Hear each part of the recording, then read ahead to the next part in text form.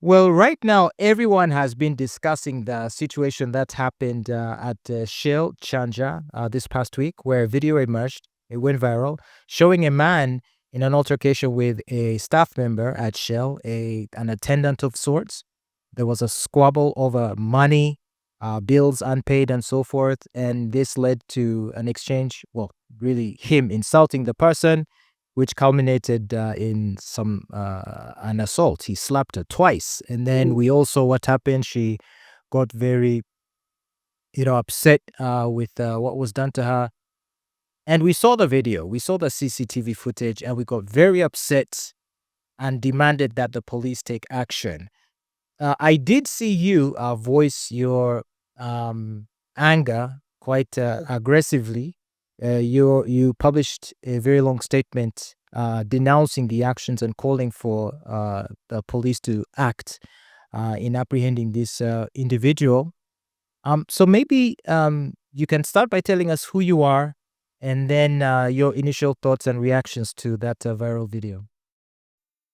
Thank you so much, James. It's a privilege once again to be here and have a very fruitful conversation with each one of you.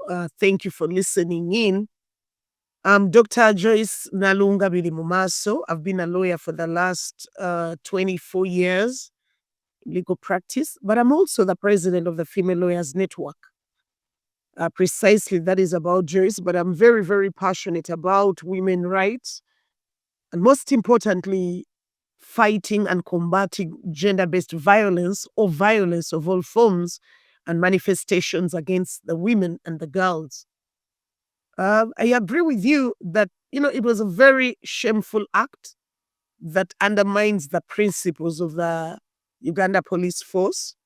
It is quite heartbreaking. And the Female Lawyers Network issued a statement condemning the act, but also applauding police for the quick and expeditious reaction to the public outcry. But later, I got a little concerned, when someone later texted me and say that apparently he was granted bond instantly. I'm yet to understand what exactly happened.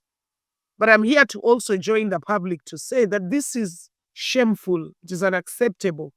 It's a violation of human rights, but most importantly, the rights of women and the girls out there that are working to survive and make life meaningful. It's also shameful that it's by a senior officer, because when you look at the information that later came out, Officer Barije Nsiima is a previously an SSP, a senior superintendent of police, who was subsequently demoted to ASP because of similar incidents, which we are yet to establish. So it means that the personality of Barije is characteristic of such incidents. And we voiced out saying that this is high time police exercise stringent, deterrent, and very, very aggressive disciplinary measures against such senior officers that are not only abusing human rights, but are undermining the police standards and values of the institution they stand for. So precisely, that is what I can comment at the initial stage, so that later as we dive into the conversation, I can share other, similar concerns. Yes, James. Okay, so one of the things that stuck out to a lot of people was the degree of confidence he seemed to have that nothing could be done to him. Almost as though he was used to this kind of behavior. Basically, he reinforced every negative stereotype people have of certain people in certain professions and from certain parts of the country. Now, this is where it gets a bit sensitive. You know, um, there is a general sentiment that some people believe, by virtue of their stature and their closeness to, or to their proximity to power, and perhaps relations with important people, that they can literally get away with anything. And this was exemplified in that clip where we saw where he actually stated, I don't care if I'm on CCTV. I don't care. You will do nothing. Is this something that shocked you? Because for a lot of Ugandans, it just confirmed their preconceptions about that type of person. What would you have to say to that? I think what I have to say about this is that one, I was very, very shocked. Shocked because, like I said earlier, he's a senior officer. But when we look at the circumstances that later came out, that Barige has been in previous similar circumstances to do with another pregnant woman that subsequently led to his demotion. So, what was shocking me is the acts of impunity, the lack of shame, the lack of fear. And I don't want to attribute it to the fact that he comes from a particular part of the country, no, whether he's anywhere close or have proximity with, influential people or has links to the corridors of power. For me, what I understood clearly is that Barige has gross personal misconduct. He probably even needs psychosocial counseling because you cannot have repetitive acts of violence without impunity. And even you don't care whether other customers are watching. You don't care whether other employees are watching, even in the company of his personal security detail. So for me, that was very shocking, scary, but also very, very concerning for me. Why? These issues are becoming more common and people are doing them without fear. So what I picked is that it's high time we stood up against such acts so that at the end of the day, people do not continue to doing the same things. If we continue subjecting them to those mild disciplinary, uh, tribunals within the police force, that is a little lighter. Because when you look at the punishments under police standing orders, they're a bit lighter, they're softer. So this is high time for us to subject persons like Barige to criminal prosecution for assault occasioning actual bodily harm. It's high time we subjected them to the laws like the Prevention of Torture Act, because when you look at what he did, it not only violates Article 24 of the Constitution, that article provides for our freedom and rights to it shuns any form of degrading, inhuman treatment. When you look at the provisions of Prevention of Torture Act, it also looks at the different ways a person can torture another person regardless of their status. But also the Penal Code Act talks about criminal offenses like assault.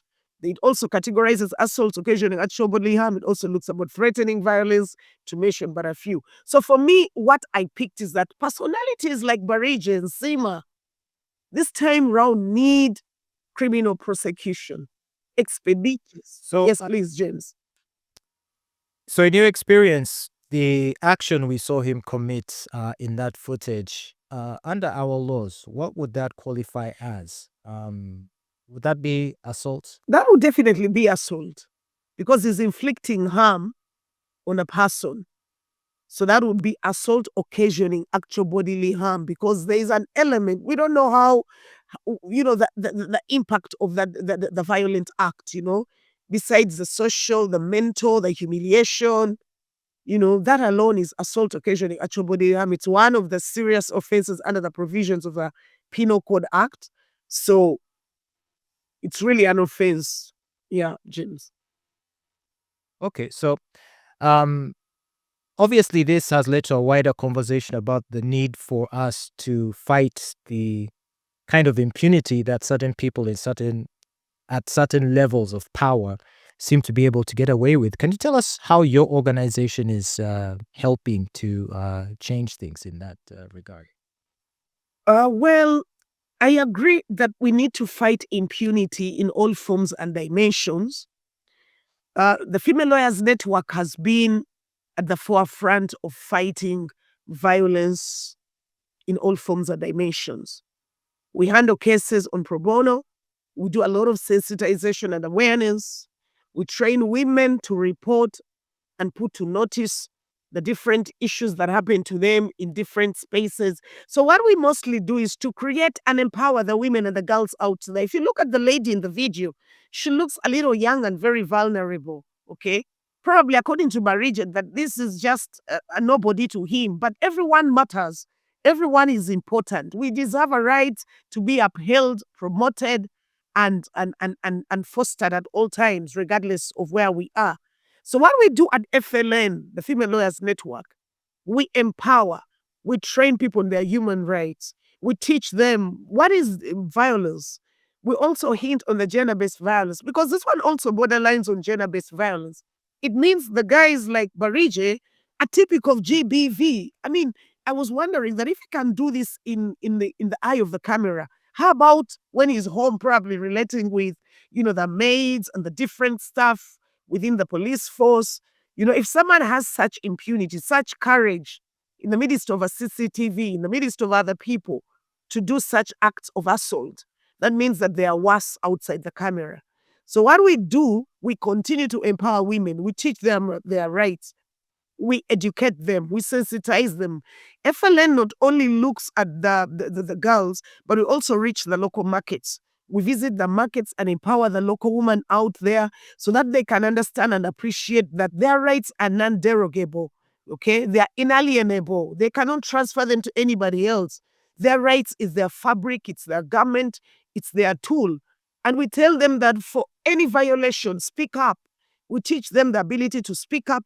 We have a toll-free number where you can reach out and call so that you can be able to get support. But we also engage, the media, like how we issued the statement.